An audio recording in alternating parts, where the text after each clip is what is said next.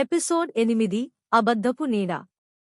చిన్ను తిరిగి వచ్చాక ముగ్గురి మనసులు కొంచెం ప్రశాంతమయ్యాయి. కానీ ముందున్న మార్గం ఇప్పుడే మొదలవుతున్న పరీక్షలని సూచిస్తున్నట్టు ఉంది. వాళ్ల ముందర ఒక పెద్ద నీడ నెమ్మదిగా కదిలింది. అది ఆకారం మార్చుకుంటూ చెట్లమీద, నేలమీద విస్తరిస్తోంది. నేహా మెల్లగా అంది, ఇది నిజమైనదిలా లేదు. అప్పుడే ఒక స్వరం వినిపించింది. అది వాళ్లలోనే నుంచి వస్తున్నట్టు అనిపించింది. నిజం చెప్పాల్సిన అవసరం లేదు. కొంచెం అబద్ధం చెప్పితే ప్రయాణం సులువవుతుంది. చిన్ను ఒక్కసారిగా నిశ్శబ్దంగా మారాడు. ఆర్య అతన్ని గమనించాడు. ఏమైంది అని అడిగాడు. చిన్ను తల వంచి అన్నాడు, నమ్మకపు వంతెన దగ్గర నేను భయపడ్డాను. అది మీకు చెప్పలేదు.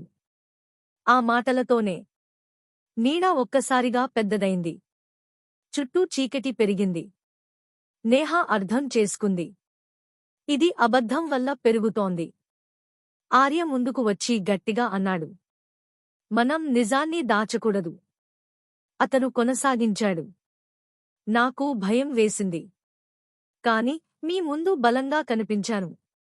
ఆ మాటలతో నీడ కొంచెం తగ్గింది. నేహా కూడా చెప్పింది, నేను కూడా సందేహపడ్డాను. కాని ఒంటరిగా ఉండకూడదని భయపడ్డాను.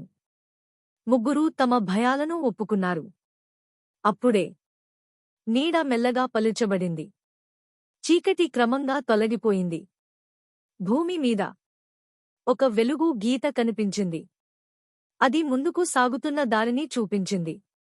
అయితే వెళ్లే ముందు ఆ స్వరం చివరిసారి వినిపించింది, నిజం వెలుగే. తదుపరి ద్వారం తెరుస్తుంది.